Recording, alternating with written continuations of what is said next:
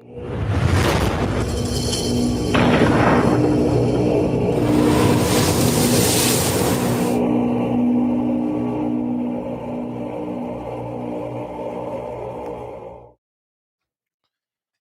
good, y'all? Hope everybody is well. Welcome back to the Onyx Report, Black Masculinist news for the day. Sorry I disappeared for a few days.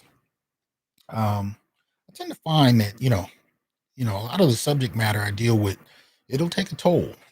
And if you're going to deal with the kinds of issues that Black men face, sometimes you need to breathe. You know what I'm saying? Sometimes you need to put yourself in a space where you can, kind of regroup. So, sometimes my body just says, all right, you need to rest. So that's kind of what happens. But anyway, hope all is well. I see people starting to come through.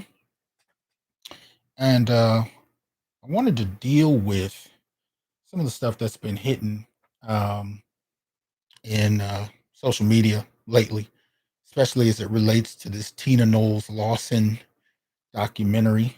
What's up, Tim? Wanted to drop a few thoughts on that.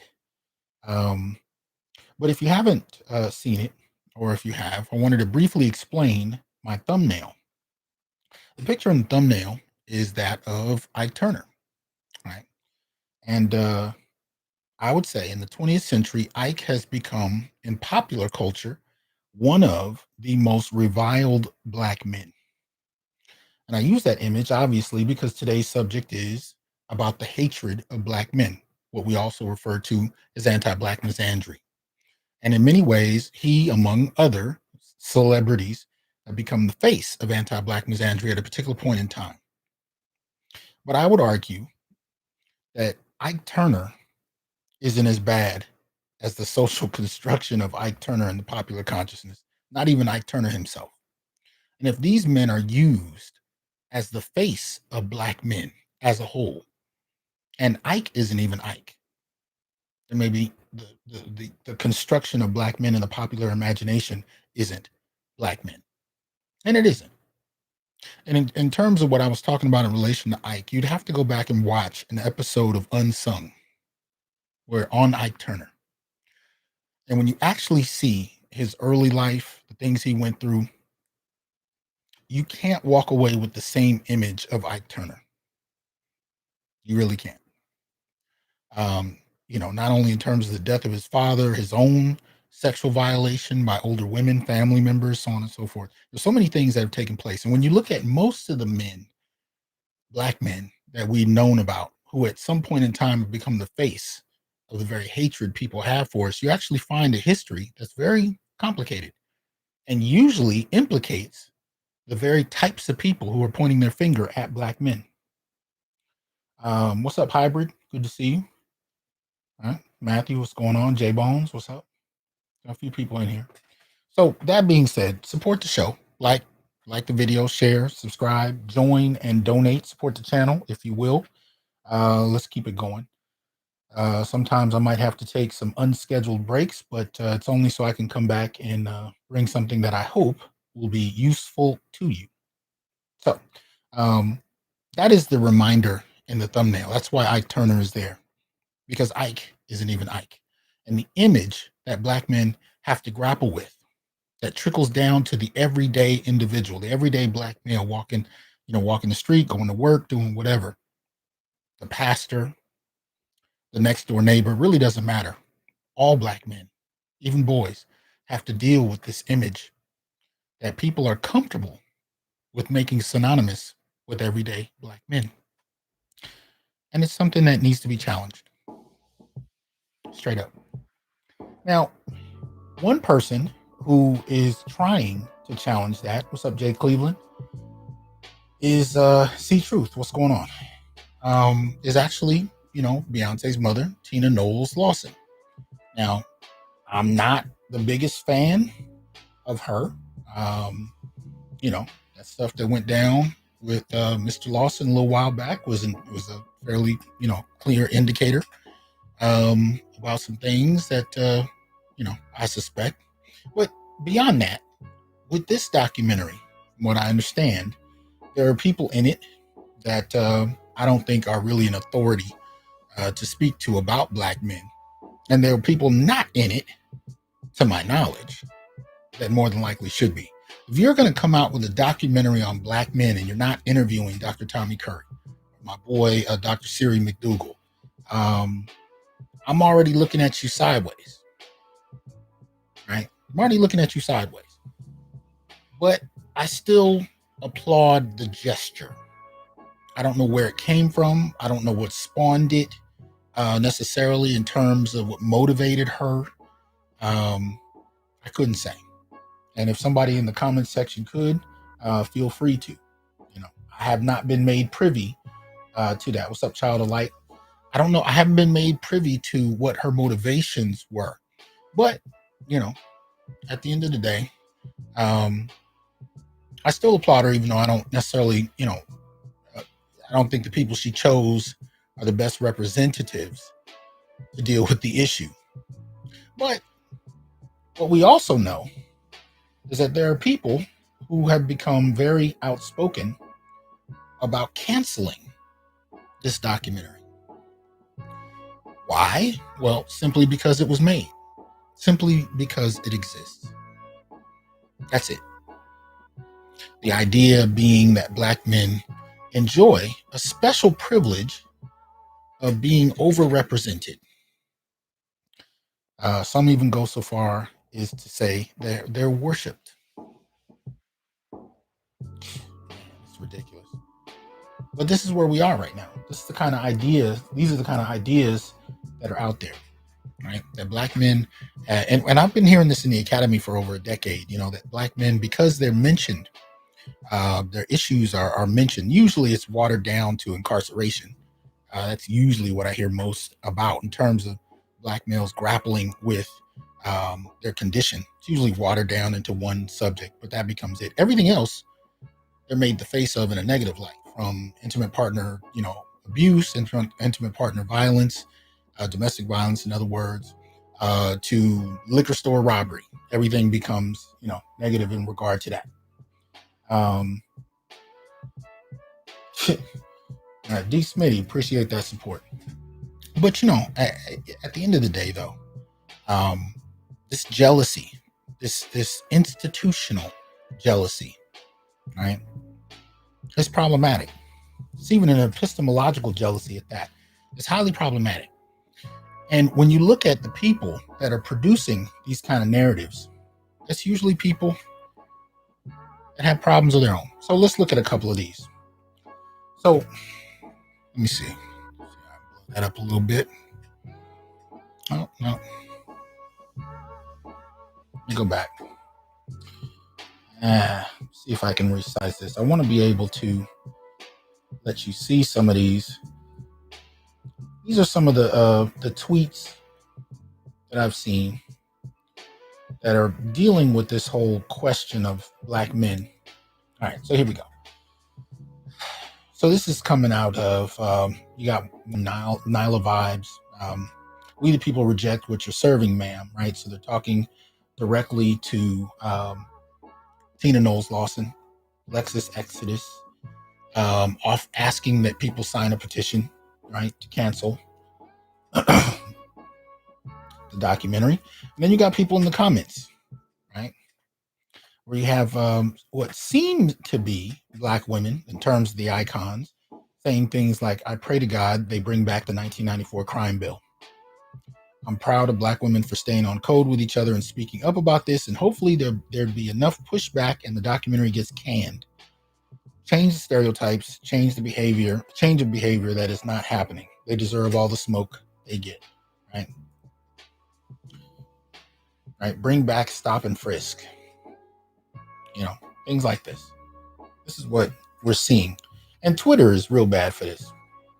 Then you got stuff like this. Black men are a menace to society. They're killers, rapists, pedophiles, absent to their children, so on and so forth. You can see it. All of this, right? And the ideas here are strangely reminiscent of the kind of thing you would normally hear from,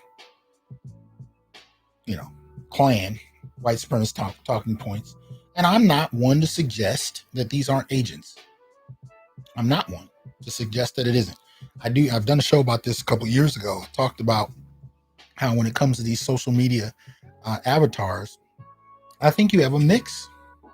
I think in some respects, a COINTEL-esque engagement is still happening. I do believe that.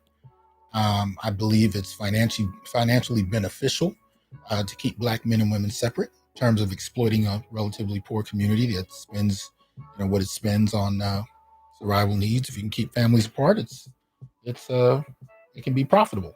So I do think there are some things going on with that, but I also think that there are Black women who've been socialized into this mind state going back for the last 40 odd years. And then I do think you have some issues with non-ADOS folk who have certain beliefs about Black men, African American men to be specific, and they kind of mix into the crowd of Black women. So I think there are a lot of overlapping issues, and these are all things that I've witnessed, except for the agent thing. If I could prove that, I probably wouldn't be on YouTube. I don't know. They might not let me, but I can't prove that one. I just suspect it based on the history of what I've seen take place in regard to agencies and how they tend to function. And all I do know is that in the last 50 years, I've seen a dramatic dismantling of one of the most significant social movements, socio-political movements in American history. In many respects, undone on a policy level and on a social level. And I don't think any of that happened accidentally. I really don't. But I wanted to look at, a few areas that might suggest that there is at least something there that make Black men worthy of being looked at. And y'all know I tend to deal with the issues that make Black men vulnerable. The reason I do that is because they are real. And Black men are, in many respects, vulnerable. So I was going to point out about 6 different areas. And I'm going to try and do this briefly because this is not going to be a long show tonight. But 6 different areas where there's some information to suggest that, Black men do need some attention. Black men do need some focus. And there needs to be more than just focus and attention. There actually needs to be critical policy that needs to be created on behalf of Black men. We haven't really seen that. I haven't really seen it. Now, I am also of the mind that Black men need to initiate that and be at the forefront of it, which is one of the reasons why we created the Black Male Political Agenda on the blog, newblackmasculinities.wordpress.com. The reason we created that was so that we can actually look at policy from a Black male's perspective and what Black males have to bring to the table about how they see policy, what kinds of experiences they've had. I think the majority of our conversation about Black politics has not really dealt specifically with Black males. We have a very generic idea of what Black politics are, but they don't always specify Black males as a point of focus. Matter of fact, much of the time they don't. And part of this you can see when you actually, right around election time for a big, whatever big period, usually like a presidential race, when it does come up, the question of Black males. When you see Black men being interviewed, most of the time they can't talk about policies that actually target Black males. They talk about policies that may improve the Black community at best. At worst, they talk about policies that target specific demographics in the Black community, but not necessarily Black men themselves. And many haven't even bothered to talk to Black men. But even if they did, much of the time they wouldn't know what questions to ask and how to go about having it. So we tried to start that here a couple of years ago, and it's still up, and we're still entertaining suggestions, meaning you can actually send me different things that you think need to be added to the Black Male Political Agenda. And I am speaking to my primary audience of Black men. Right? So that being said, I'm going to look at 6 areas where I think Black men kind of need to be targeted. So we already saw this. Hold on. Did not mean to go there. Let's go to another area. And I was going to do a separate video on this anyway. So this deals with suicide rates. I was going to do a video just on this until I saw this crap that was happening. So this article you can find on sakeobserver.com. No way out, right? Black male suicides rising faster than any other racial group. All right, February 15th of this year. Researchers are sounding alarm about the number of young black men who are dying by suicide. Right, from the 26-year-old son of award-winning actress and director Regina King to the young mayor of Newark, New Jersey, some in the African-American community are speaking out to raise more awareness about suicide and mental health, especially when it comes to black men. I will admit, I'm always a little suspect when I see these kind of articles. I'm glad that they're written so information can get out, but you can always tell when they're written by black women because they tend to target, to identify characters or individuals that have a direct relation to black women of note. So they mentioned Regina King. I'm actually surprised that they didn't start the article also mentioning the nephew of the Williams sisters. That was a big article that came out not long ago as well.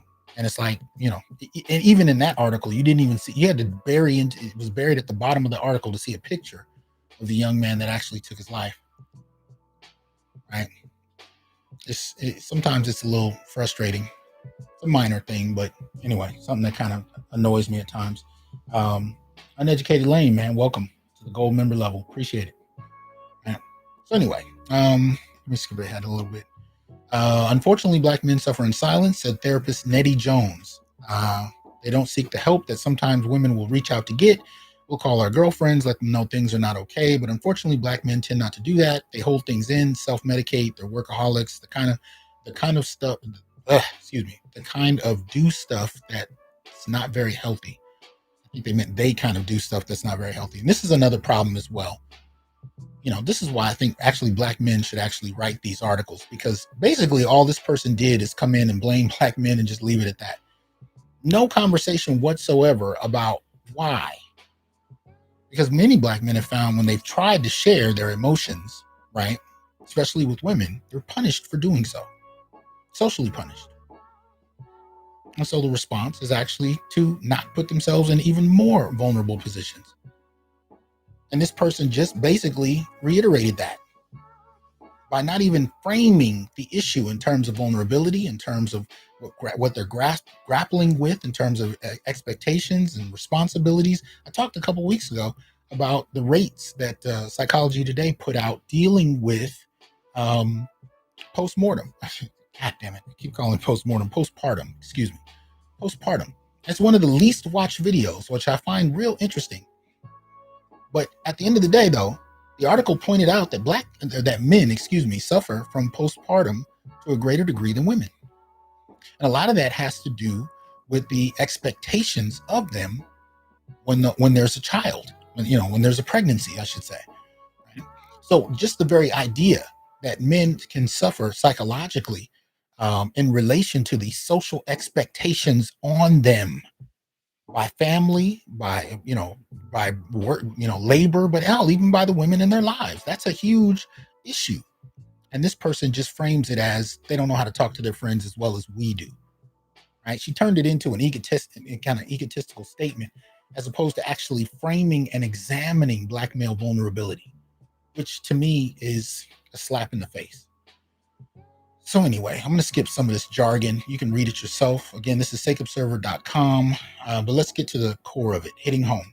While rates of suicide and anxiety have risen sharply during the pandemic, a recent study from the journal JAMA finds that suicide attempts were rising at an alarming rate long before COVID. The study found that black males had the highest increase in suicide attempts compared to any other race in the group, for example, increasing nearly 80%. Right? When Cheryl Jackson read the news of Ian Alexander Jr.'s death, her heart sank, not just because she was a big fan of Regina King, but because she was his mother. See, shit like that. What exactly, if you're going to talk about Ian Alexander's death, you had to couch that between two women's responses to it? This kind of narcissistic shit is irritating. Anyway, let me see if I can just skip to some data, because I really can't stand the way this is written. This bullshit is frustrating. Actually, I covered the data I wanted to. Put it to you that way. that the rate increase of 80%. And she did, and they were talking about this increasing before COVID. So you tell me, what exactly do you think the pandemic did on top of what was already going on with Black men? You tell me. All right. This is exactly what we're looking at. So, in terms of suicide, this is a recent study, right, where we're actually finding the suicide rates go up for Black males, not any other demographic, up 80%. And mind you, this is at the same time, because we're about to transition to point number 2, where in over 35 major cities, Black males are unemployed up to 40 and 50%. Is there not a connection between the two? Employment access, the ability to be stable and take care of families, and suicide? Might there be a connection there beyond just not wanting to talk to their boys? Just some bullshit. Excuse me. That kind of shit is just so dismissive and patronizing, right?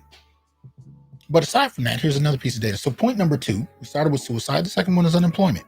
And I was saying that, again, over in 35 major cities, you had unemployment for Black men up between 40 and 50% before the pandemic.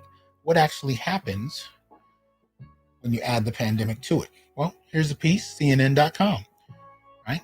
Came out February 18th of this year. Here's why a whole group of men is being overlooked in the workforce.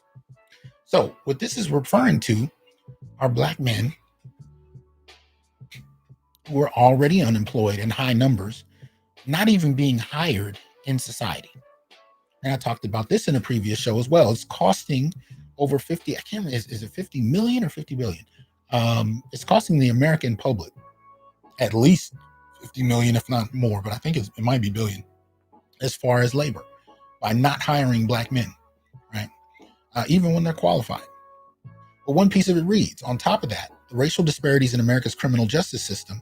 In the studied group, it was 33% more common for Black men, both employed and unemployed, to have been arrested compared with white men at every age from 18 to 35. Hispanic men also had high arrest rates, conviction, and incarceration compared with white men. That wasn't the piece. Where'd it go? Hold on. I thought I highlighted a different section.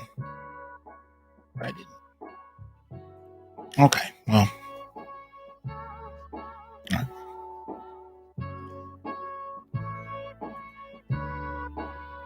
Okay, so among unemployed men of age 30 to 38, 2017, the majority have been arrested at least once, while nearly 40% had been convicted at least once. More than 20% of the group had been imprisoned. Let's see, that wasn't the section I was looking at either. Higher rates of criminal histories paired with racism and discrimination in the labor market put these workers at a severe disadvantage. So this is just, that part is just dealing with those who have grappled with being formally incarcerated. Which is another area I want to deal with, but I actually think I misplaced the quote. Damn it. Either that or I deleted the other article by accident before I got on here, which may have been the case. Okay, hold on. My apologies.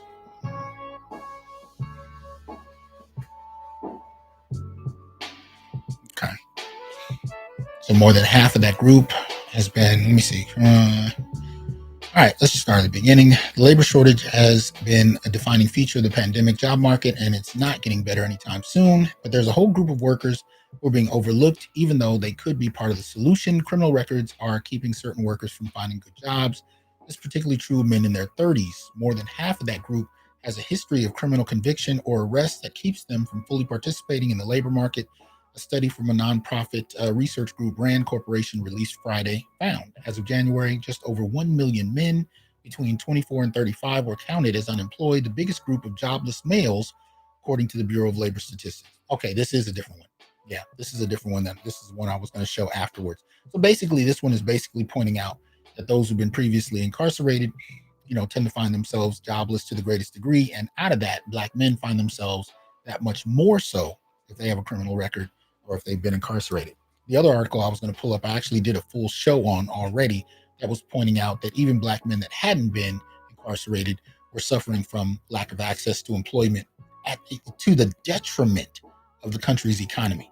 The unwillingness of corporations to hire Black men, or companies at all, or capital to hire Black men, even when they're qualified, is actually undermining the economy of the country, right?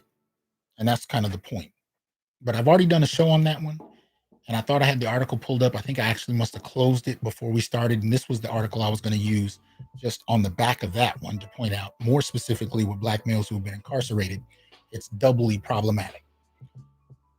But in terms of unemployment, you can see the issue, which I think merits a discussion. Because whether you're talking about Black men who are incarcerated or Black men who aren't, Black men who are educated or Black men who are blue collar, you still have a severe employment issue in the midst of a pandemic economy where people are quitting in record numbers and they're still not hiring Black men. I think that merits a conversation. I think that merits some reflection altogether, especially when we tie it to suicide, right? So that's something to look at. Okay, 178 watching. Again, like, share, subscribe, join, and donate. Support the channel if you would. I'm always intrigued about which channels get support and which ones don't tend to. I always find it interesting. All right, so let's move on to the next. So next issue we're going to deal with has to do with, the major issue of the last couple years.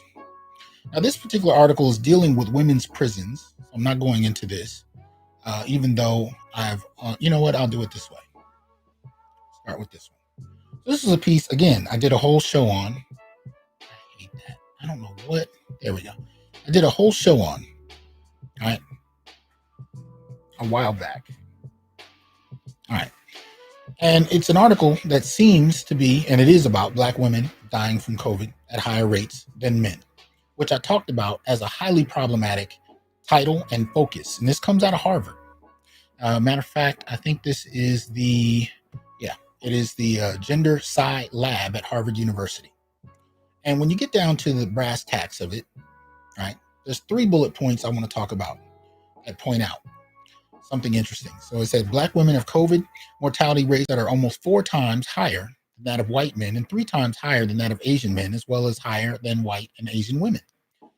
Buried into the second bullet, you can see, right, Black men have far higher mortality rates than any other sex and racial group, including over 6 times higher than the rate of among white men.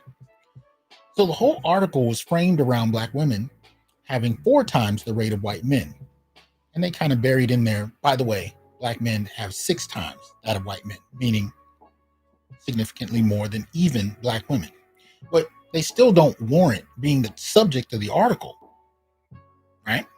And you can count on one hand how many articles that I've seen, especially that have a national level of exposure, that actually deal with Black men as, a group that is suffering to a largest degree over this issue.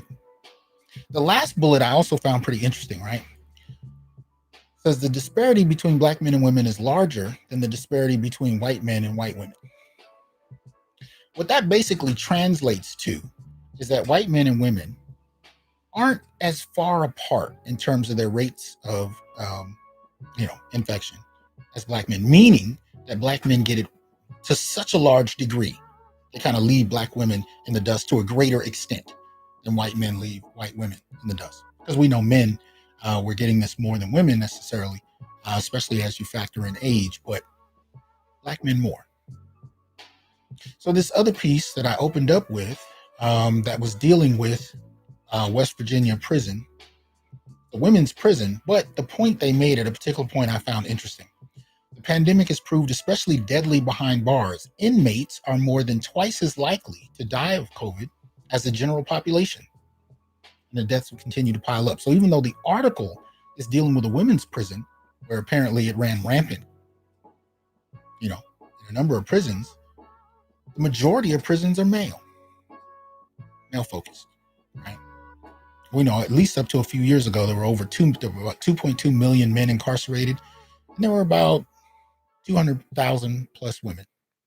So if you're going to tell me that inmates are actually contracting this at more than twice as and are more than twice as likely to die of it than the general population, and after what we talked about in the last few articles, then who is actually under more threat? How many documentaries have you seen on that? Hell, how many articles have we seen on that? I mean, you have to piecemeal this together from different articles just to get that perspective. And I'll be honest with you, I haven't heard anybody even talking about the article dealing with that I just showed from the Harvard Gender Sci Lab since it came out, especially when it comes to focusing on actual Black men. Haven't seen it.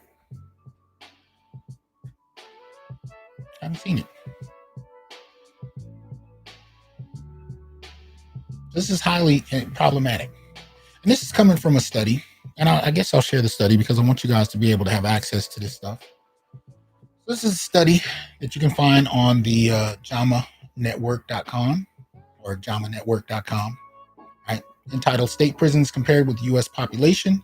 Oh, I'm sorry. COVID-19 Incidence and Mortality in Federal and State Prisons Compared with the U.S. Population, April 5th, 2020 to April 3rd, 2021. If you come down to results, it reads by April 3rd, COVID-19 cases and 2,555 deaths due to COVID-19 have been reported among the U.S. population. The cumulative incidence rate per 100,000 persons was 30,780 cases for the prison population and 9,350 cases for the U.S. population, with the prison to U.S. cumulative incidence ratio of 3.3. Right? So that's where they're pulling this statement from. Inmates are more than twice as likely to die. Right? So again, you can find it probably in more than one place. Right? Piece written by Marquez, Ward, and Parrish. So you can check that out yourself. Right? Seems to me that would warrant some concern for Black men. So that's the first three: suicide, unemployment, COVID.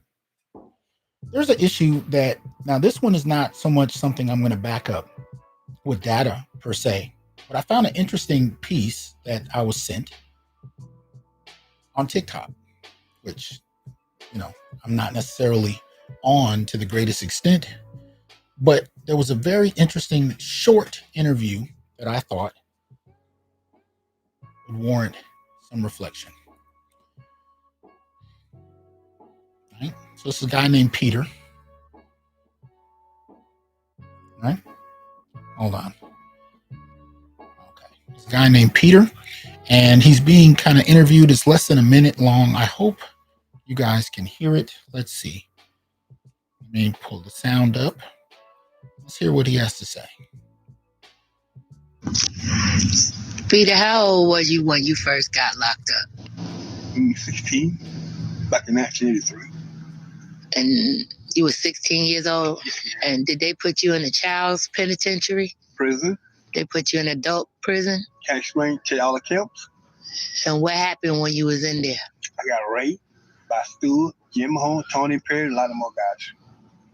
At 16 years old, Peter? Yes, ma'am. And then what happened to you? And then they released me back to the community. I told one of my family members what happened. And he told me if I tell someone, he's going to kill me. Lord have mercy, Jesus.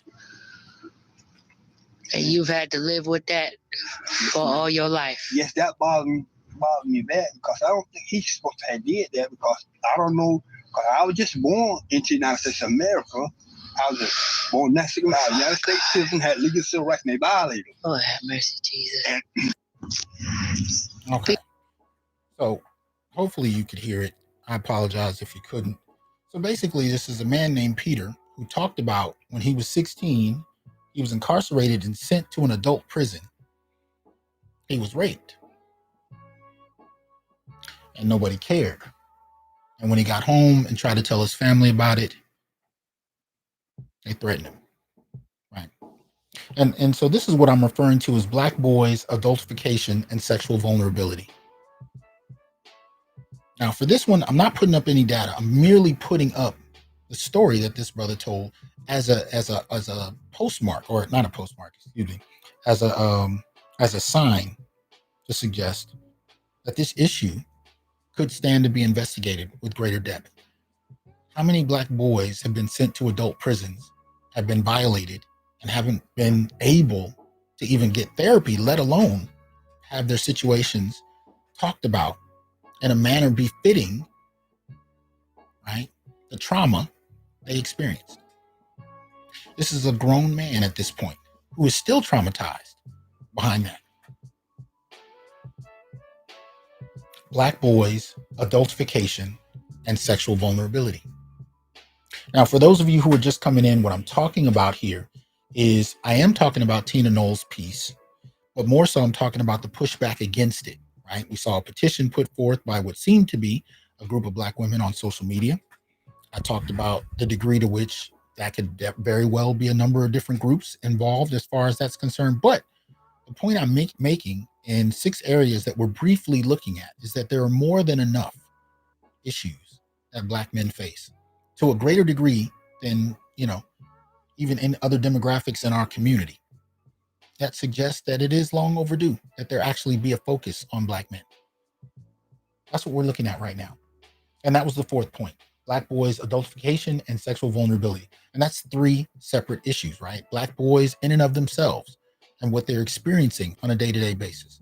Adultification, right? Being treated like adults even when they're minors, especially as it pertains to criminal punishment. And then, of course, what happens to them when they are incarcerated and traumatized, and to what extent anybody actually cares. Now, the next one has to do with intimate partner violence. And this is something that you hear people talk about when they're comfortable with finding new ways to slam Black men, right? Because you actually can't point to any way that Black men are oppressing anybody. There's no structural status that Black men have where they can leverage policy against other groups and exploit them, even groups within the Black community itself. So you find people that try to focus on individual crimes and try to argue that whatever these individual crimes are, they're so bad in the Black community that people need protection from Black men. And one of the first ones they go to is intimate partner violence. Now, this is something we've talked about 100 different times. If you go into, you can go to Dr. Tommy Curry's book, The Man Not. You can look at some of my early videos or the Green Gorillas videos, go to his channel, where we talk explicitly about the data around intimate partner violence. And we know from the data, right, that women actually tend to start physical altercations to a greater degree. They tend to use weapons to a greater degree. And if anything, rates of abuse in the Black community are bidirectional, meaning they're damn near equal. And men, especially Black men, have not had 50 years of social programming to help them identify abuse and encourage them to report it.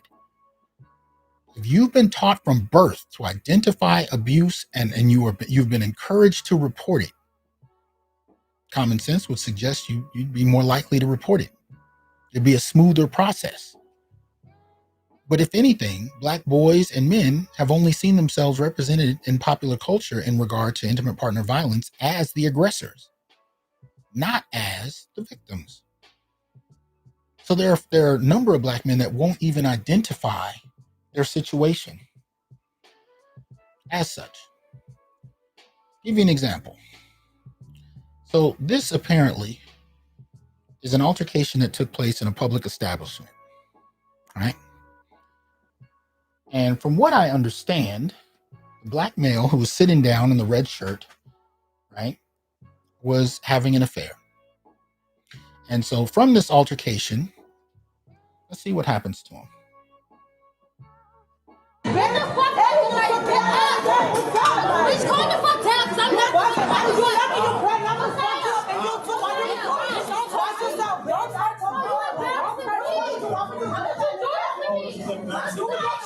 Who is that? That's nobody. That's nobody. Stop. What you think about nobody?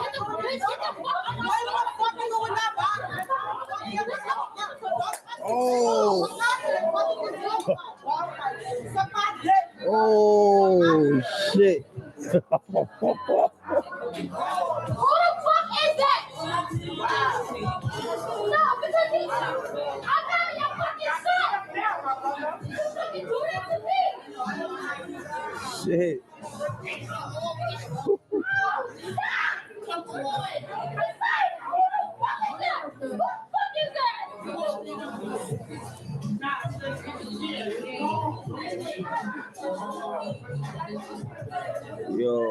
Hey.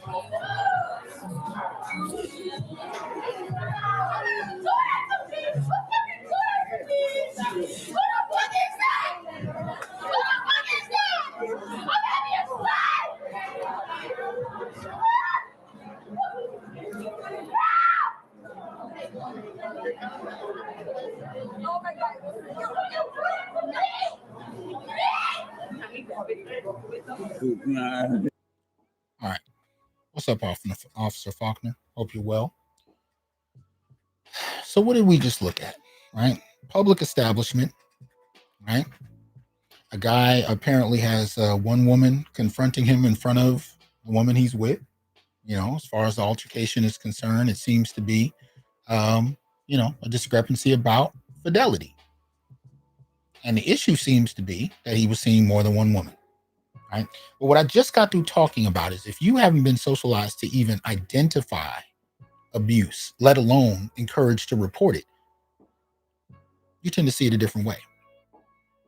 Did he get up and immediately ask for somebody to give him a phone to make a call? Did he ask someone to call 911?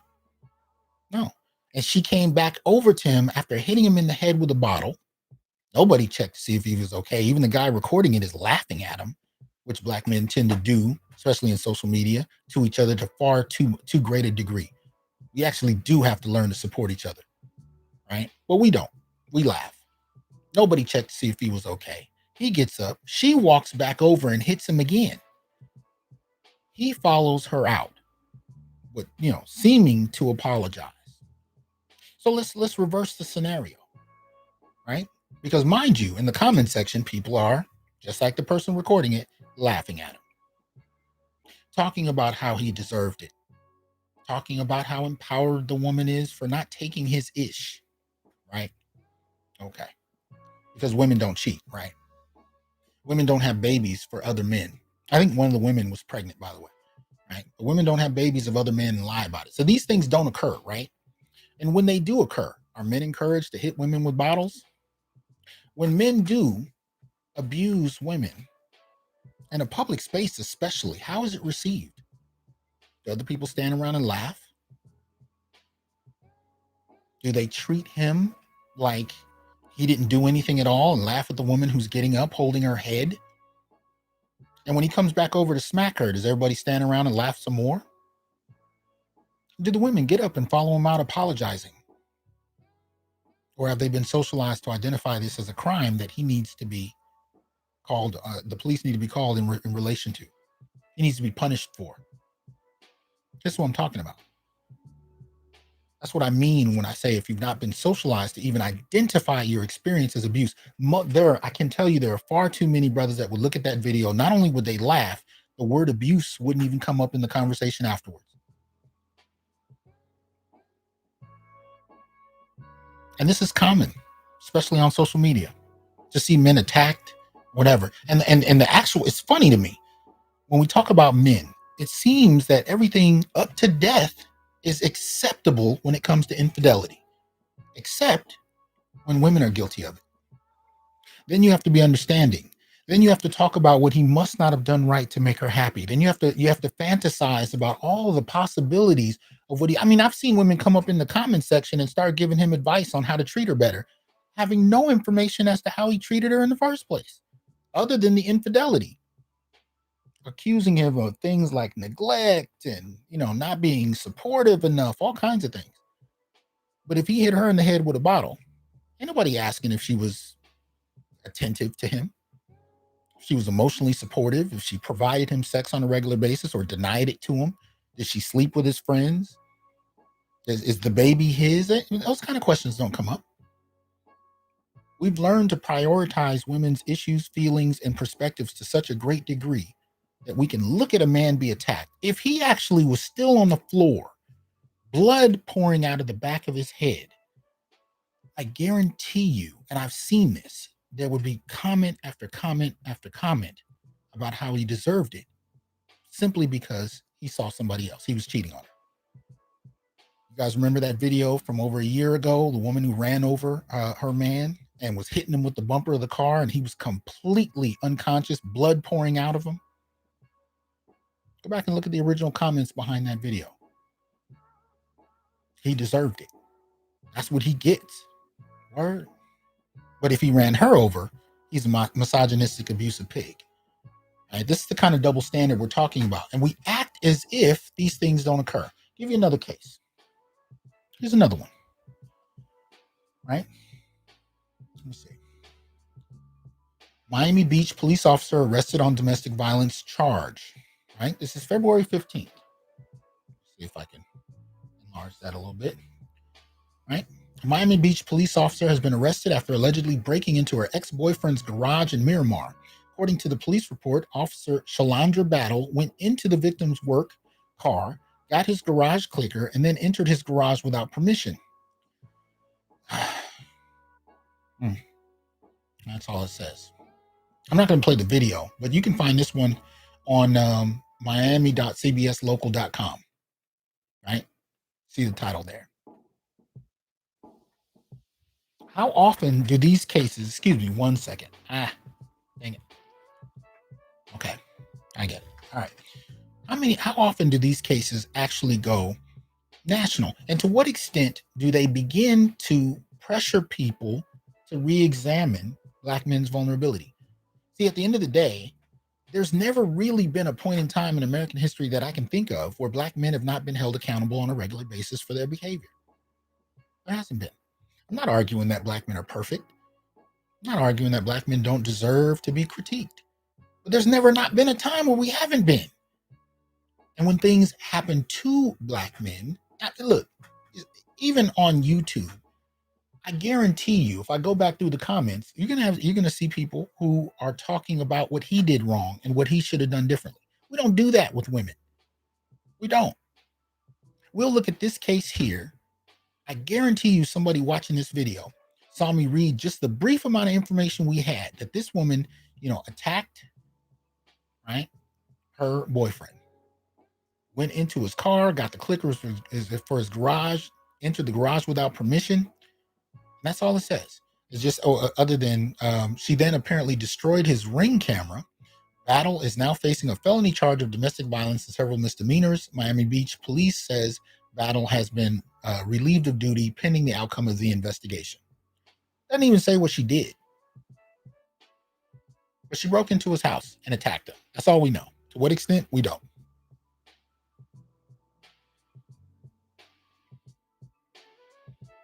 And there's nothing said. Other than that, there's barely any information reported here. And this is actually fairly common for these kind of cases. Let's look at another. Well, let me see. Okay, so that's intimate partner violence. I think we'll kick it up. Let's talk about intimate partner homicide. Right? Let's talk about homicide.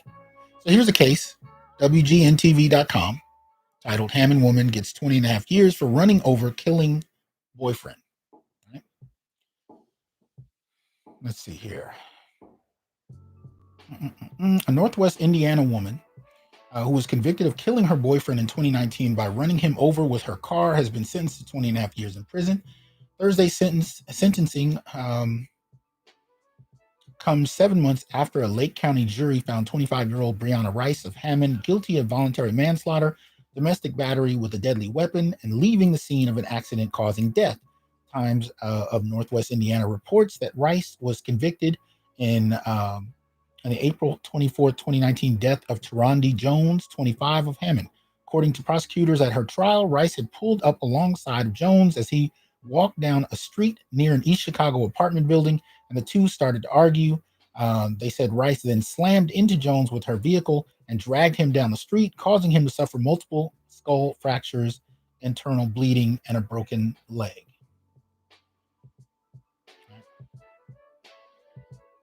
Then he died. Now, how many of these cases are we seeing that seem to make national news and actually garner serious attention? See, we don't. Even when they're in the news, they don't garner a great deal of attention. And this is not about pointing out that, Black women in these instances are the so-called. It's not about that. It's about pointing out the degree to which the vulnerability of Black men is compounded by the fact that we don't fucking care. So even when we see these scenes, they go in one ear and out the other. And most of the time, even Black men themselves will comment by saying he should have done X, Y, and Z differently. And then we move on to the next subject and we forget about it.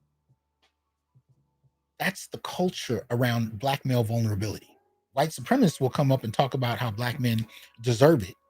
Black women, in many instances on social media, will use similar talking points, but even Black men won't support men who are going through this. And this is interesting because we're also talking about Black men who've often experienced some degree of this.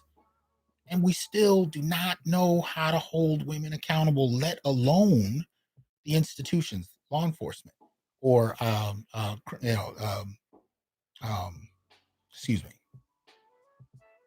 Oh shit, man, I'm exhausted. Anyway, we often don't know how to hold institutions accountable either, right? Look at another. All right.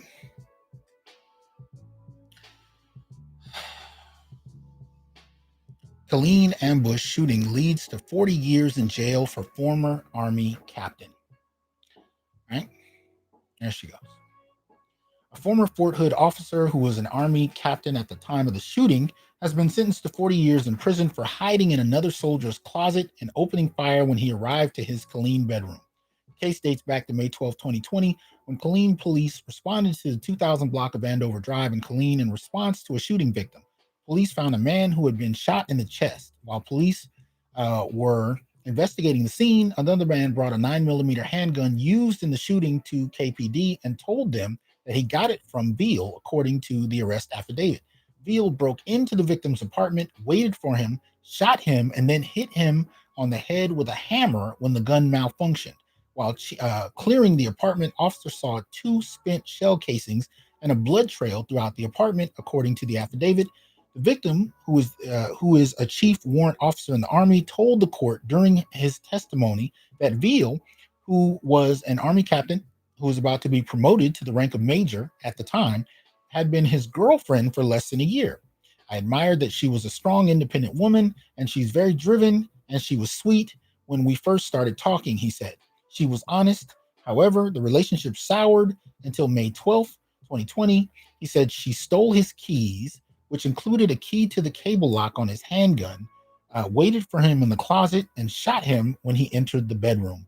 Veal told police that he had been physically and sexually abusive. The Killeen Police Department investigated the accusations, and no charges were filed on the man, according to court testimony. In other words, they didn't find any evidence of him being physically abusive. You know, that's what we're talking about. Might there be a reason, as we talk about intimate partner homicide, intimate partner violence, which is so often so associated with Black men? Might there be enough information to warrant a documentary that actually explores Black men's vulnerability to intimate partner homicide and intimate partner violence? Because again, we haven't been socialized to see this a certain way. We've not been socialized to see ourselves as vulnerable. And if anything, look, even the video I played a moment ago where the man was hit by his girlfriend with the bottle, girlfriend, wife, I don't know what she was, right? It didn't even cross his mind to put hands on her. And I noticed this far more than people want to admit to, right? All I hear people talk about is Black men's aggressiveness. But often when I see these videos, whether it's a man coming home and finding his girlfriend in his bed with another man, I've shown a video on that, or something like this where she's, putting paws on him. I find case after case where men go out of their way to avoid being physically abusive, physically responding, even in self-defense, because we know Black men are likely to get arrested even when they're defending themselves. And this has been drilled into Black men's brains for quite a while. So you'll find men actually going out their way. But even when there is physical violence, again, the data shows that this is almost equal in terms of aggressors in the Black community. So, even when we talk about abuse, much of the time we tap dance around the abuse that women extend, often first, which, if the genders were reversed, would be characterized as self-defense. Let's look at one more case. Just one more.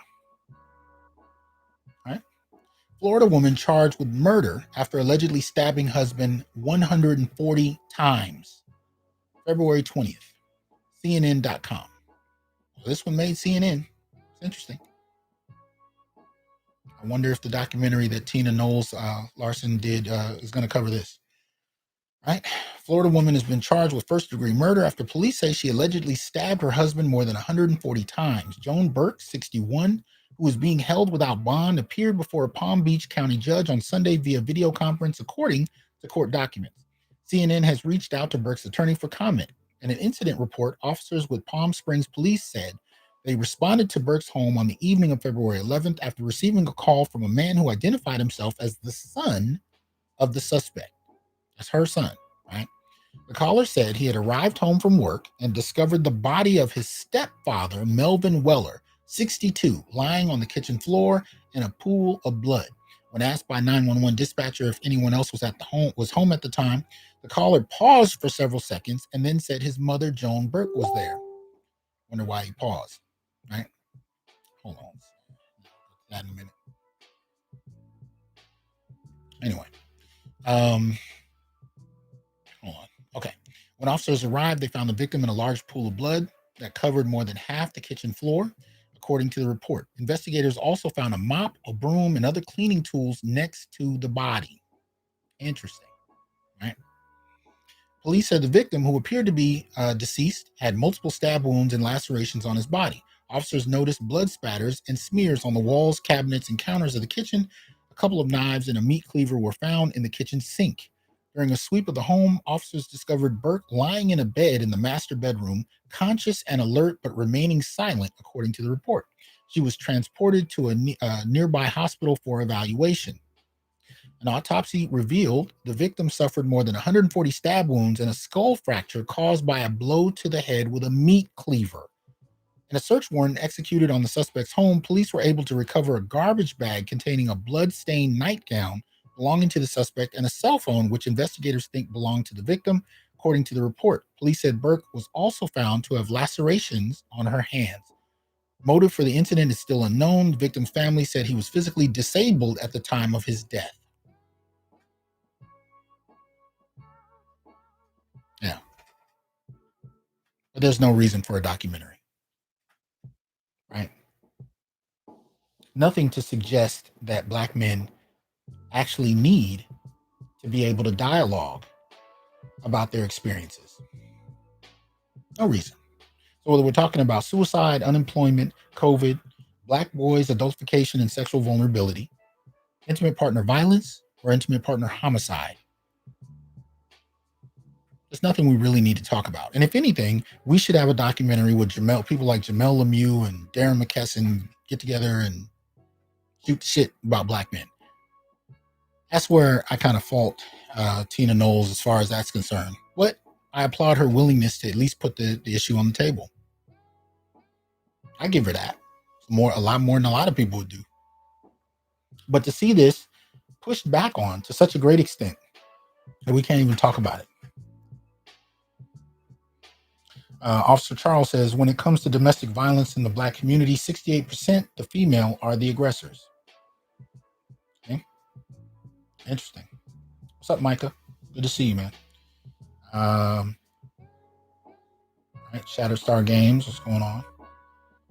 Yeah, I apologize for not following the chat. I just wanted to kind of get through some of this. But you see my point.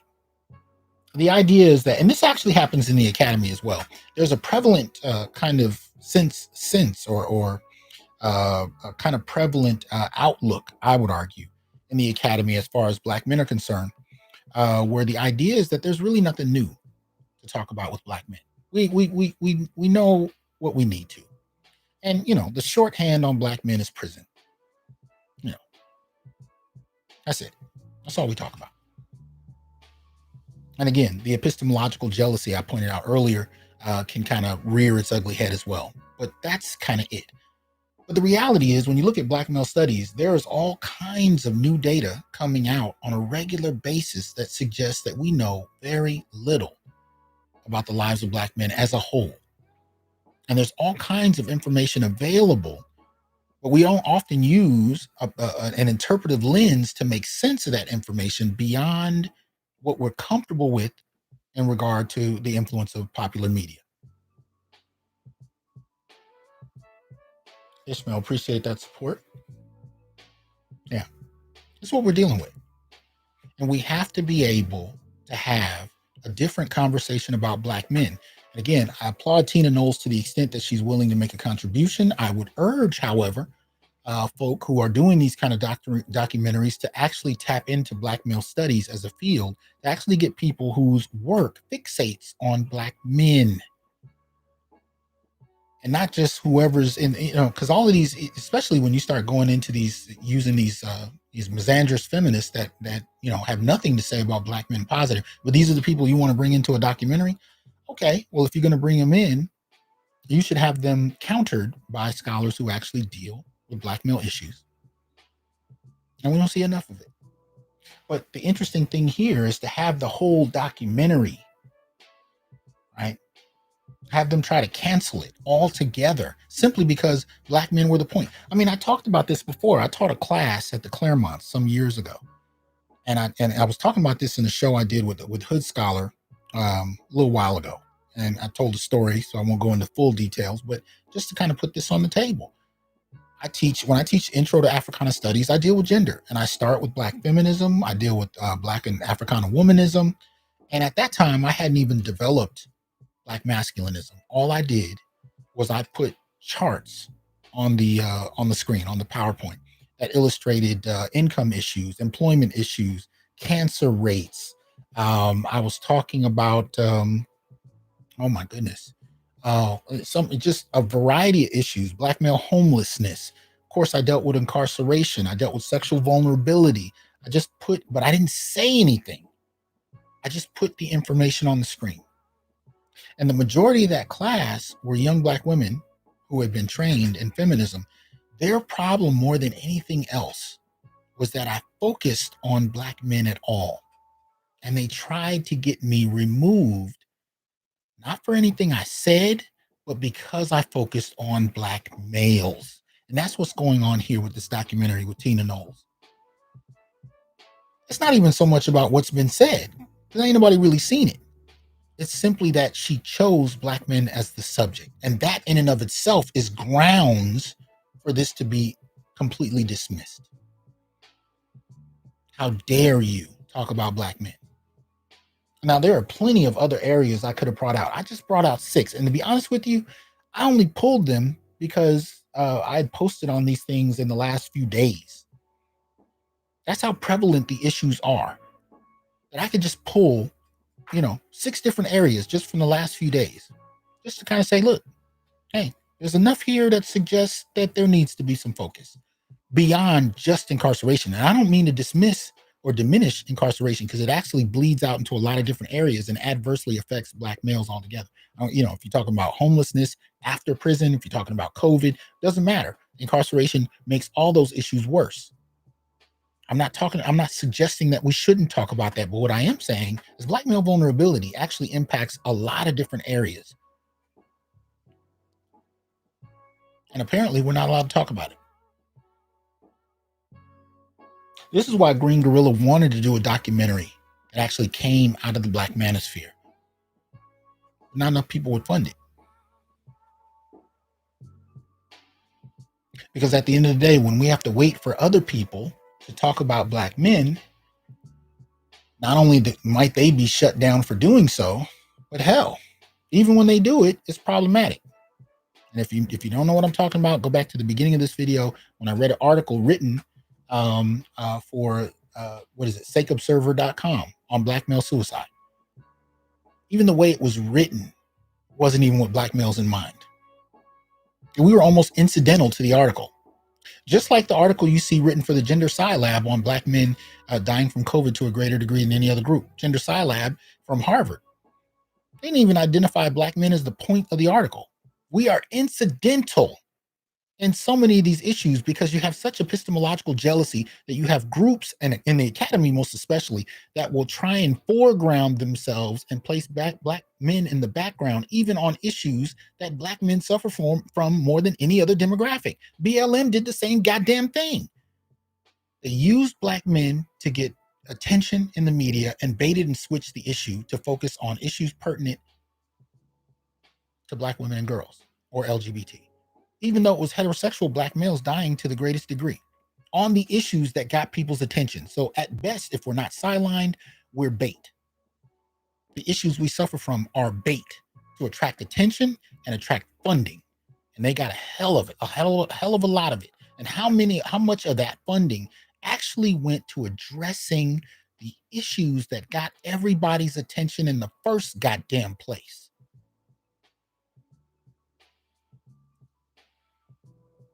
You tell me. Rob, appreciate that support. So that being said, I'm looking forward to hearing your comments. I want to see more of what you guys got to say about this. But I would argue that we need to push back on this shit. We need to make sure that we produce material that's actually spoken by black men, relevant to black men, and unapologetically full-throated about the problems black men face. Because we tend to tap dance around them in in a chivalrous kind of gesture to only deal with the issues that are acceptable.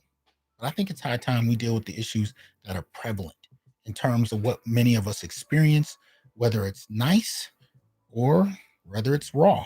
It's about that time. So, y'all have a good night. Peace.